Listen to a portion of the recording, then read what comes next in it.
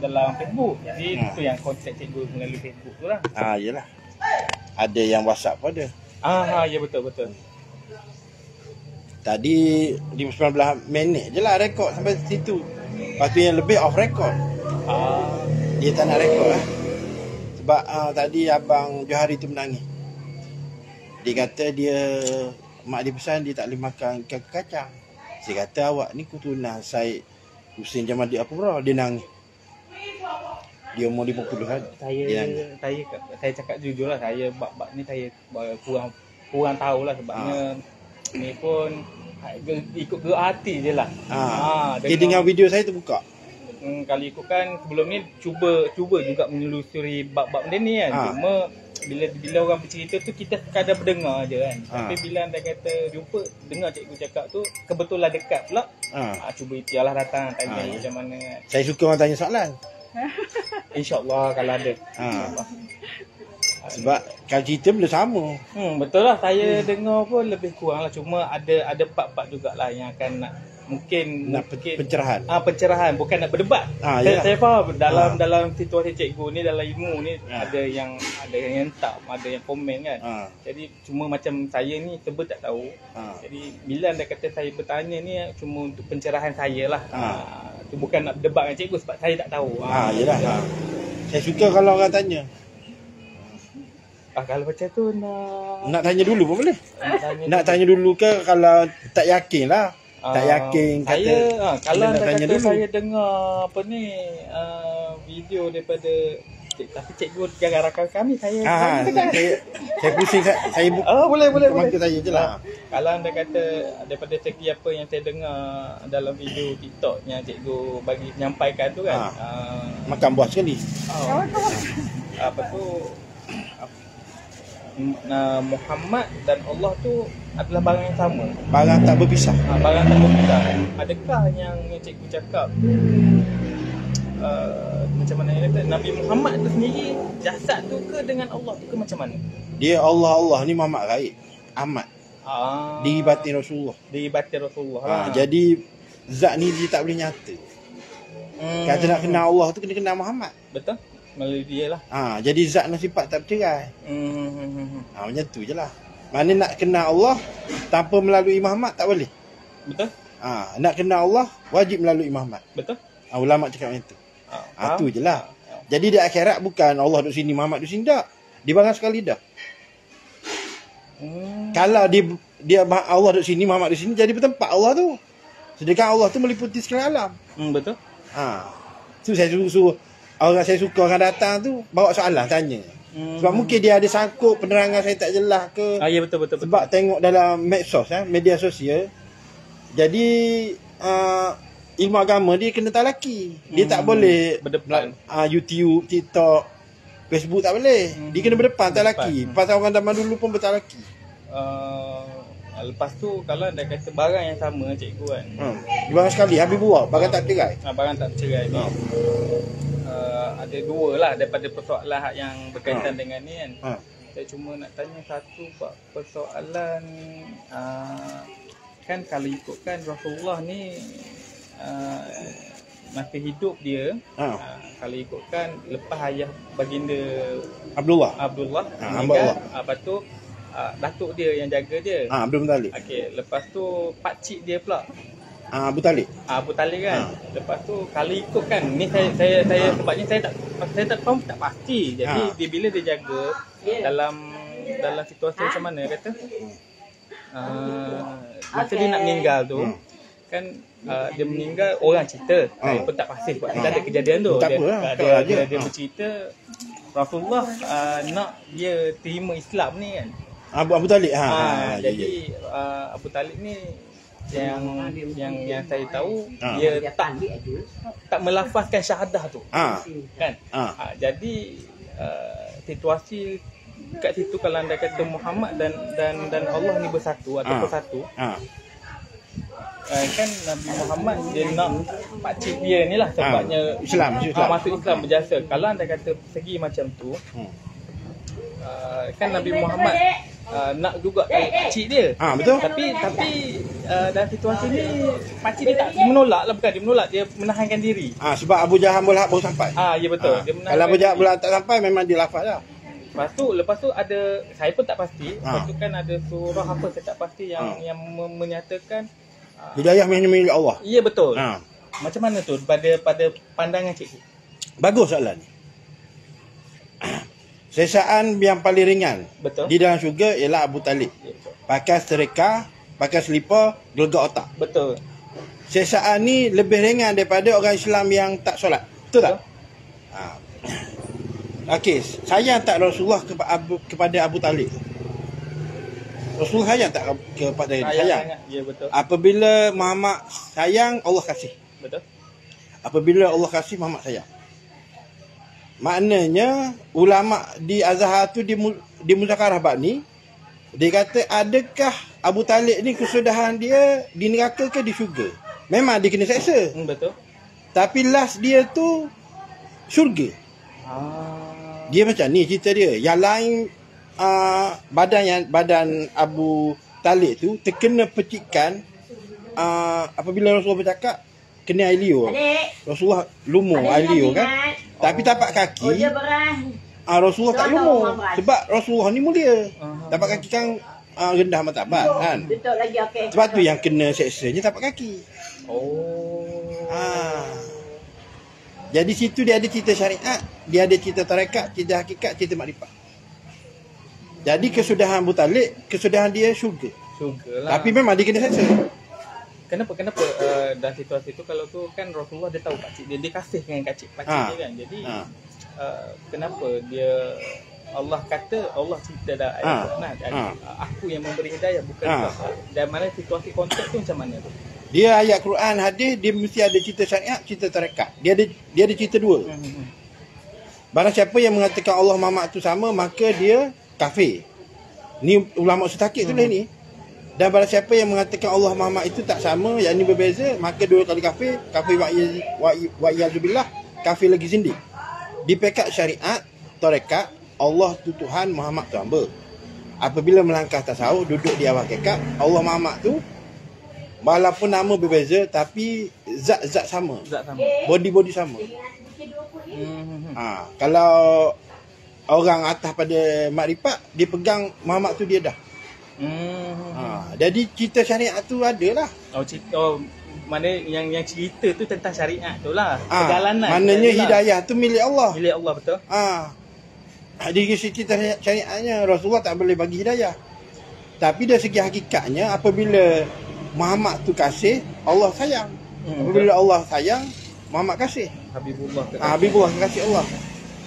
Sebab saya cakap tadi, Allah ni Muhammad Raih Ahmad. Di batin Rasulullah tu lah. Sebab Rasulullah pernah suruh Jibril tu dongak kepala. Kau pernah tengok tak siapa yang bagi wahyu pada kau? Wahai Jibril, aku tak pernah dongak. Sebab aku takut. Kau tengoklah sekali. Sebenarnya di batin Rasulullah Ahmad tu bagi wahyu kepada Muhammad. Dan pernah sekali Jibril ni nak bagi wahyu ke Rasulullah. Kemudian dia tengok Rasulullah dah sampaikan wahyu kepada para sahabat. Jadi Jibril patah tanya balik Allah Ta'ala, mengapa Muhammad dah bagi tahu? Tak ada aku nak bagi lagi. Allah Ta'ala kata betul lah tu. Sebab barang dia juga. Sebab wahyu tu dalam hadis Sahih Muslim lah. Wahyu tu dalam bentuk bunyi-bunyian, gemericik-lecing seperti angin yang bertiup seperti rantai syariat atas batu. Tapi bagaimana Rasulullah tu translate dalam bahasa Arab? Dia ada bentuk 7 bentuk wahyu. Di samping Jibril membisikkan kepada hati baginda Rasulullah. Di samping Jibril tu berupa seorang lelaki bagi wahyu. Salah satu bentuknya macam tu lah. Itu berkenaan dengan yang cikgu cerita yang pasal pakcik dia lah. Pakcik dia, Abu Talib. Satu lagi berkenaan dengan yang tentang yang sama juga. Berkenaan dengan solat lah. Solat. Kalau ikutkan kita ni solat berdasarkan apa yang Rasulullah buat lah. Betul. Kalau anda kata Allah tu Muhammad tu Allah. Mana batin tu lah kan. Batin tu Rasulullah juga melakukan solat tu. Betul. Melakukan solat untuk menzahirkan pada kita. Syariat. Sebabnya kamu tengoklah aku. Bagaimana kamu buat selalu kamu ra'aitumuni usolli. Lepas tu maknanya dia nak kita buat ni yang tengok dia, kita yang boleh buat lah. Tu yang dia bagi contoh. Isu dia dekat sini. Kan ada yang Nabi Muhammad dia solat sendirian tanpa bengkak kaki. Betul. Aisyah bertanya dia kan, ya Rasulullah, engkau kan mulia kan. Nescaya Allah tak akan azab dia, Allah akan azab dia. Jadi kalau anda kata Allah tu Muhammad tu Allah, kenapa dia melakukan tu?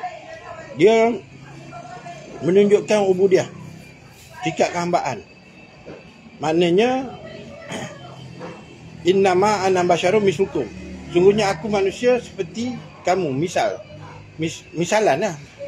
Maknanya di situ kalau tengok kepada domeh wa tu, li annahu mubtada' dengan ainul khabari, perkhabaran dengan berita tu. Domeh wa ni tak boleh kembali kepada Allah. Allah tu gaib kan. Jadi kena kembali kepada orang yang bercakap. Jadi hamba ni lah yang menunjukkan pekerjaan Tuhan. Kalau nak kenal Tuhan, kena hamba. Kalau nak kenal Allah, kena kenal Muhammad. Betul.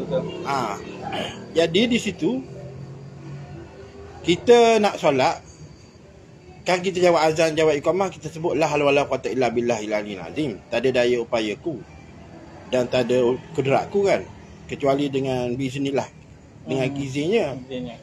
Jadi kita nak solat tu, kita kena guna kudrat tu milik Allah Taala. Milik betul.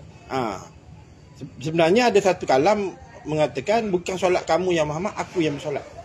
La fa'ilu illa Allah. Maknanya kita menumpang je. Kita ni rohaniah nyawa bangsa menumpang. Yang melakukan amal ibadat tu dia. Sebab tu dalam suratul Al-Ikhlas, Qul huwallahu ahad tu, Allahu samad, lam yalid walam yulad walam yakul lahu kufuwan ahad, satu perkataan ikhlas pun tak ada. Sebab di situ menunjukkan yang bersedekah, yang beramal ibadat, yang melakukan pekerjaan baik lah, Allah. Semua dia yang buat. Kalau kita boleh duduk atas dia, maknanya kita tak ada kita dah. Yang buat baik tu dia. Mana tu dah betul-betul ikhlas. Bukan kata aku bagi ni kerana ikhlas. Kalau sebut lagi tak ikhlas lagi tu. Faham dah? Faham. Jadi hamba tu dia kena menunjukkan pekerjaan Tuhan tu. Debat hamba dengan Tuhan ni tak bercerai. Kalau macam tu cikgu, kan kalau anda kata ni cerita sajalah kan kita memberi macam cikgu cakap tadi, kita memberi biasanya orang-orang lah, macam orang syariat dia nampak dia lah. Ya betul lah. Yang ni aku yang memberi. Jadi cerita dia, aku mengharapkan kita memberi, kita berharaplah agar Allah membalasnya. Boleh begitu? Sebenarnya penghuni syurga neraka ni dah ada. Betul. Pada zaman Rasulullah tu dah ada, sekalipun semua dah siap. Betul. Jadi kalau kita nak tengok kita ahli syurga ke ahli neraka, kita tengok perbuatan kita sekarang. Betul, faham. Jadi sebenarnya contohnya kita sapu rumah kita, dalam rumah kita, takkan kita nak minta upah. Kita nak kita bersih rumah kita sendiri. Jadi KPK syariat memanglah kita mengharapkan pahala, mengharapkan syurga, kebaikan lah. Tapi orang PK muntahi yang berbuat baik, yang berbuat amal ibadat tu, mama ramaita walakin Allah harama. Maknanya bukan kamu yang melontar Muhammad, aku yang melontar. Dan maknanya dia nampak tu semua af'al Allah Ta'ala, bukan af'al dia. Maknanya dia lebur lah situ dari segi fana fi af'al, fana perbuatan tu. Okey. Faham. Maknanya kita serah pada dia. Kita jadi daya upaya lah. Maknanya macam tu kena cakap, jangan terlihat adanya diri. Maknanya kita nampak perbuatan kita. Kalau kita masih kata kita, jadi sifat wujud, riak, takabur, sama'ah tu, sombong tu masih ada. Maknanya syirik khafi. Bagi orang tasawuf, syirik jali ke syirik khafi, dia kira syirik. Sebab aku. Sebab ada ananiah tu tadi. Betul lah. Aku. Sebab aku. Yang lain. Saya kena cerita dua lah. Cerita hakikat kena cerita. Kalau cerita satu aspek, tu orang jadi perikai tu. Yalah dia pening. Pening. Kena cerita dua-dua. Dari segi syariat macam ni, segi hakikat macam ni. Tanya je betul-betul tak apa. Lepas tu cikgu kan nak tanya lah kan, kenapa benda yang cikgu ada ni kan susah untuk orang-orang awam ataupun faham. Bukan untuk tembus ataupun bukan nak faham macam saya. Mungkin dah akan diizinkan Allah untuk tahu sedikit kan. Tapi untuk contoh untuk orang yang lain susah dia nak menerima ataupun nak dengar bab-bab macam ni. Oh, dia kena susun.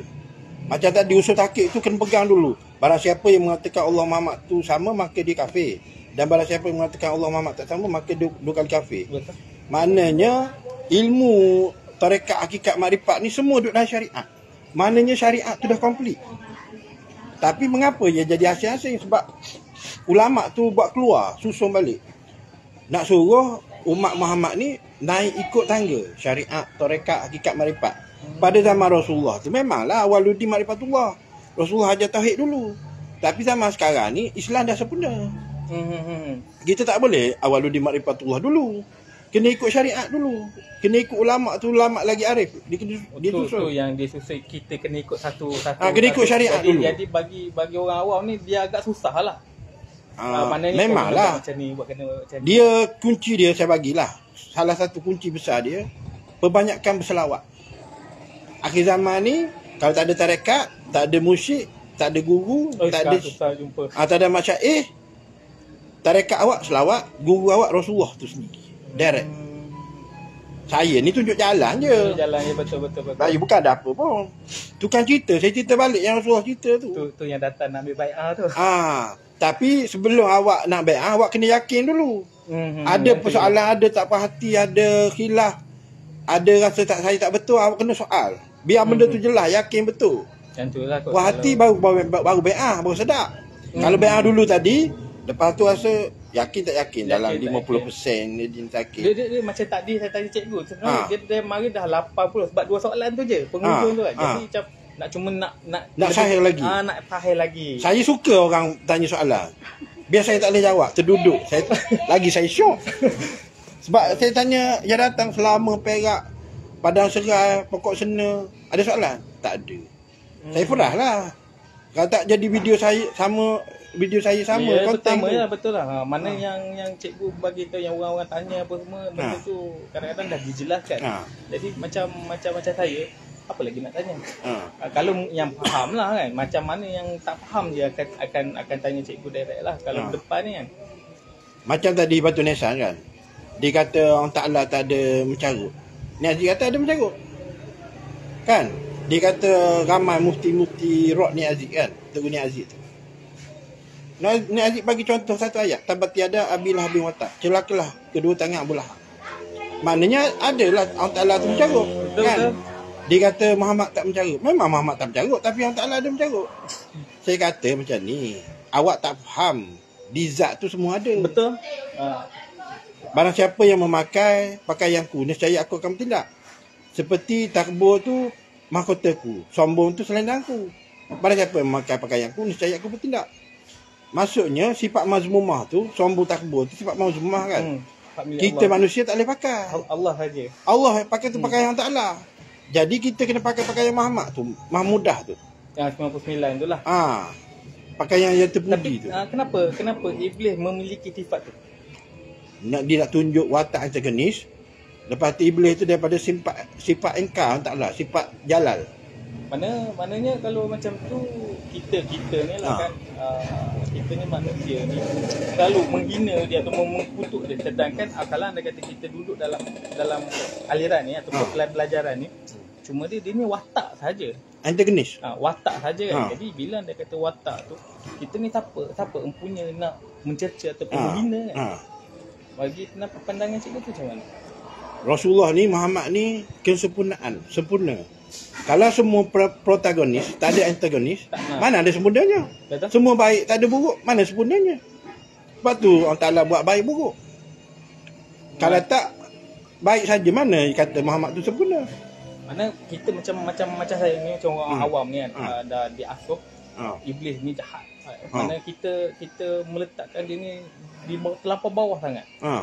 Sampai kita bagi tahu, dia orang ni akan masuk, memang dia akan memang akan masuk neraka lah.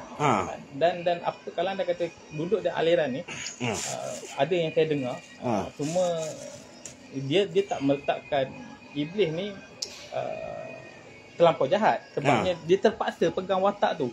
Betul. Dia terpaksa pegang watak tu sebabnya nak mentahirkan Muhammad ni lah. Betul. Nak mentahirkan peribadi ni lah. Betul. Jadi bila anda kata duduk aliran ni, bau faham lah cerita iblis ni kenapa diperbuat macam tu. Jadi yang saya nak persoalkannya, kita ni bila dah duduk aliran ni, abaikan saja apa yang iblis tu, ataupun kita macam mana kata, boleh juga mencerca. Maknanya menghina dia lah tu macam mana ke. Kita kena tahu, kita kena pecah iblis tu hakikat dia ikut huruf hijaiyah. Alif yang di Allah tu, ba tu bismillah, lam tu lam pada Allah tu, Yasin tu nama Allah, nama Muhammad. Jadi iblis sebenarnya hakikat tu siapa? Di sebalik iblis dia juga sifat Allah juga. Yelah, sifat jala dia, sifat ingkar dia. Sifat ingkar, ya. Jadi mana dia pecah dua. Dia pecah berdua. Satu hak yang kebaikan ni pada Muhammad. Satu lagi ni pada iblis ni lah. Dua jalan. Macam Raja Nasesat tu, dia ada sanak dia. Macam Yaping tu. Dia ada waris-waris dia juga. Tapi jalan yang Allah Ta'ala tak redha lah. Mana kita ni hidup kat sekarang ni, semua dia akan ada dua aliran ni lah. Lah. Baik yang buruk. Okey. Kemudian iblis tu pasal apa tak sujud ke Adam? Sebab dia bangsa api. Api ni mana boleh rokok, kan? Dia barat menjulang menegak, kan? Satu lagi dia tunjuk tauhid asal. Dia kata aku tak sujud pada manusia, aku hanya sujud pada Allah Ta'ala. Satu bab, kan? Cuba kita tengok kejadian Adam tu. Adam tu titik-titik tanah segantan. Tanah syurga, tanah Paris, tanah Babylon. Sekumpai. Tanah di Eden. Semua ada, kan? Tanah. Dia adalah, kalau tanah Mekah tu bak hati. Tanah Paris kemaluan. Kalau kita tengok kota Paris pun memang banyak dia orang kapal, kan? Jadi tanah tu duduk terbiam macam tu, duduk sebab macam tu berapa ribu tahun, kan? Jadi oleh rasa iri hatinya iblis Azazil ni tadi, dia buat khianat ke tanah. Ditarik situ, tarik sini, ditarik sini, tarik sini, jadi telinga, ditarik sini jadi hidung, dicolek sini lubang hidung, lepas tu dicolek sini mulut, lepas tu disenjah tangan, disenjah jadi tangan, senjah jadi kaki. Tu jadi bentuk tu. Lepas tu Hadi Kursi kata, aku yang menempa Adam. Allah Ta'ala kata aku yang menempa Adam. Bila Allah Ta'ala menempa Adam? Sebenarnya yang di sebalik iblis tu tadi. Okey. Nampak tak? Dia cerita dia meliputi. Nampak tak? Tapi dalam yang macam cikgu bagi tahu tadi, aku yang menempa Adam. Aku menempa Adam. Primah di kursi tu. Yang ni saya ialah baru tahu. Maknanya hak yang membentuk ni semua ni iblis tu lah. Iblis buat khianat. Dia dengan perasaan geram dia buat khianat, jadi lagi cantik sampai macam sekarang. Bila Allah Ta'ala tu sendiri keluar pergi menempa Adam, sebenarnya dalam kita tu iblis. Yalah.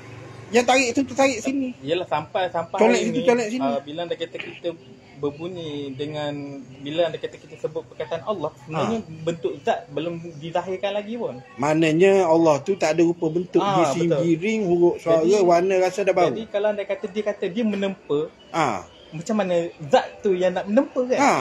Dia zahir atas iblis tu. Mana dia meliputi iblis tu. Sebenarnya Allah tu kosong maruang. Ni. Zat tu kosong maruang. Kalau kita tak percaya, kita tarik nafas, kita sedut. Bukan kosong ni, ada barang dia. Kita nampak kosong. Tapi ada dari segi sains ada 25% oksigen, kan?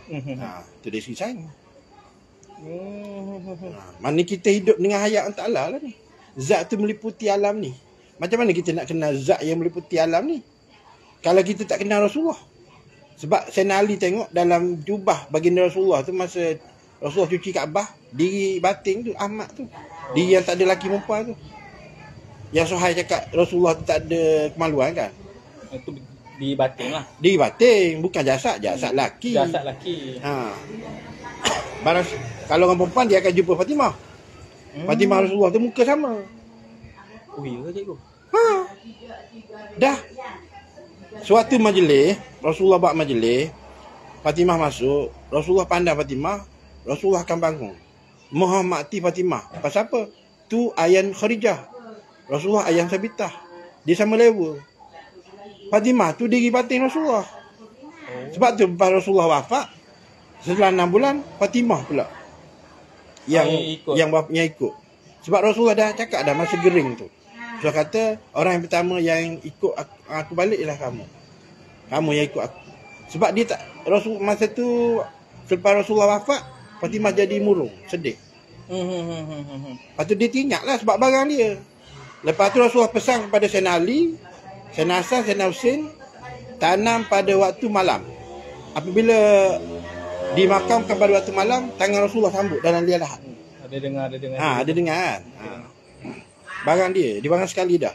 Maksudnya Ta'ala dengan satu perbandingan tapi nak suruh faham. Rasulullah tu ibaratnya rumah. Jadi Fatimah tu rumah ibu, Hasan Husin tu bilik. Pintu tu Ali. Mana kita kena macam dengar macam cikgu cakap dalam video yang saya tahu, Ali tu ilmu. Ali tu keluar daripada alimun lah, sifat alimun tak ada. Daripada Rasulullah juga. Dipecahkan je lah. Pecah. Macam Siddiq dan Abu Bakar. Lepas tu amanah tu Uthman berkenaan dengan iblis lah yang akan dan benda daripada sejak zaman Nabi Adam sampai bila-bila dia akan ada. Okay, isu dia dekat sini ada satu watak lagi. Macam mana dengan Dajjal? Dajjal ni dia Samiri. Masa zaman Nabi Musa. Musa dia satu kepulauan. Binatangnya jaga dia jasasah. Dia hasil persemendaan anak dengan ibu kan. Ke kakak dengan adik macam tu lah. Tapi semua mahram lah. Semua mahram. Jadi Jibril yang ajar dia. Yang jumpa dia ni ada Rimi, sahabat Rasulullah kan. Saya tak pasti. Yang tu lah. Jadi Dajjal ni dia ajar ilmu oleh Jibril lah. Maknanya kalau dekat dinding-dinding tu ada. Maknanya kalau kau ikut bertauhidkan Allah Ta'ala, kau akan jadi wali besar.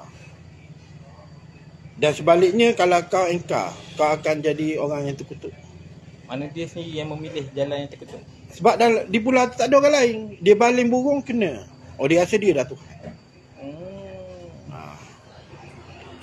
Lepas tu ni saya cuma nak pencerahan. Ada. Saya cuma nak tanya pencerahan lagi lah kan. Apa yang saya biasalah saya tak ada. Tak ada lah mana cik kata ada guru atau cikgu yang akan bagi tahu macam ni. Jadi apa yang saya selalu dengar dalam ceramah apa semua, akhir zaman nanti Dajjal ni akan muncul dan Nabi Isa dengan Imam Mahdi akan perangilah dia orang. Okey, perangi Nabi Isa bunuh. Ya betul. Sampailah Ya'juj Ma'juj akan keluar. Kan lepas tu bila anda kata Ya'juj Ma'juj dah keluar, Nabi Isa berdoa dengan Allah supaya mematikan semua ni lah. Betul. Jadi selepas dah apa tu Ya'juj Ma'juj minum air daripada paya. Tasik. Bukan paya tasik. Yang sampai kering tu. Lepas tu lepas kejadian tu, lepas dah terhapusnya Ya'juj Ma'juj tu kan, kalau ikutkan itulah Islam.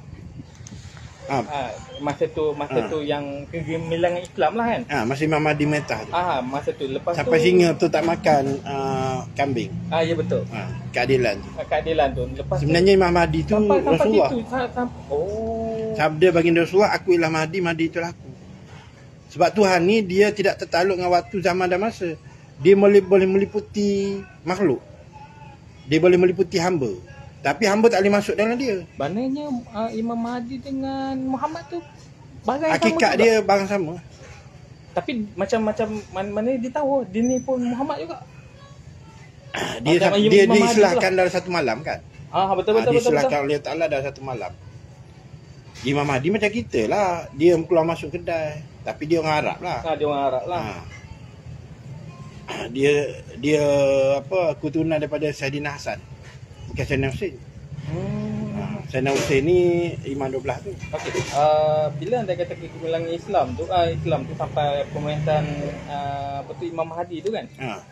Masa tu akan terjadi kiamat? Dia kiamat ni terjadi setelah habis 70 wasitah Ahlul Bait. Sekarang ni dalam 40. Ada lagi dalam 30. Sebab tidak aku jadikan alam ini melainkan sebab kamu ya Muhammad. Maknanya Muhammad itu merujuk pada Ahlul Bait. Sebab sabda baginda Rasulullah, akulah bapa kepada Ahlul Bait dan Ahlul Bait tu anak kepada aku. Sebab darah daging dia kan. Darah daging dia, susu galuh dia. Kalau Ahlul Bait tak ada, dah lama kiamat dah alam ni. Lepas tu yang saya confuse tu kan, tadi kan cerita bab berkenaan dengan Imam Mahdi, Nabi Isa sampailah kegemilangan Islam, betul? Dan lepas tu itu sampailah terjadinya kiamat lah, betul? Okay, satu lagi yang saya biasa dengar dalam ceramah mengatakan keluarnya asap dukhan. Dukhan sampai siapa yang ada keimanan dalam hati, dia akan pergilah.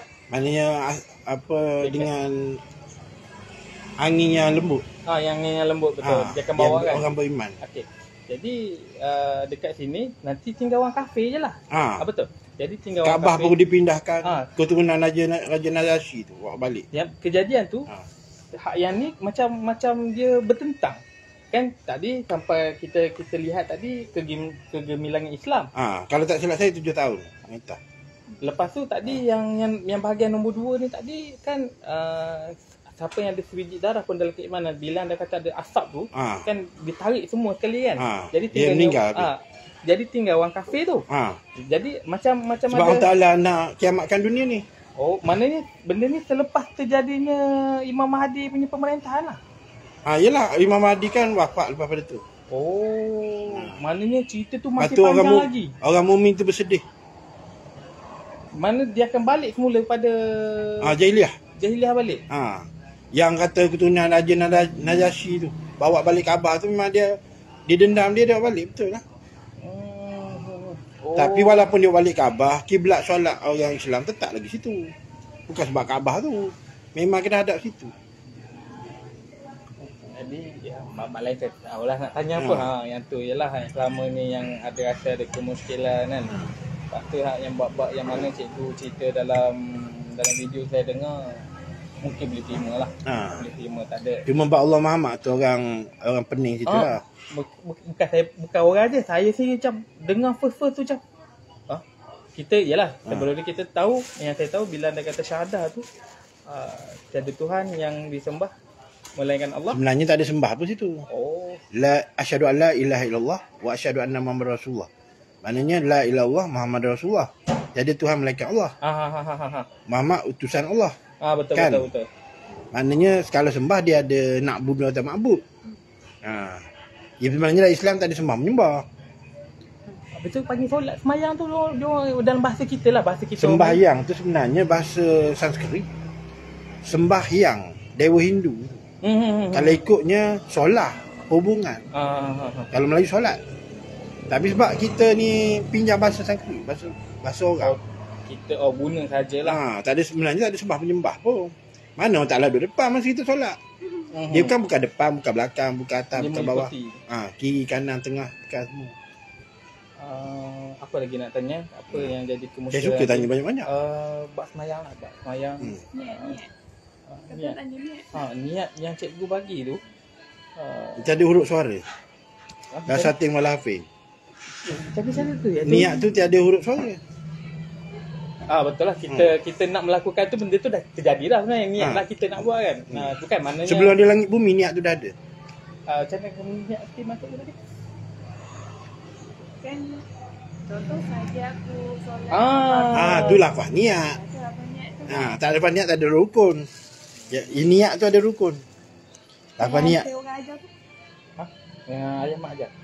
Ayah mak ajar, cikgu tahu dah bagian saya dah bagi kan ayat tu kan kat cikgu kan. Ayat mana?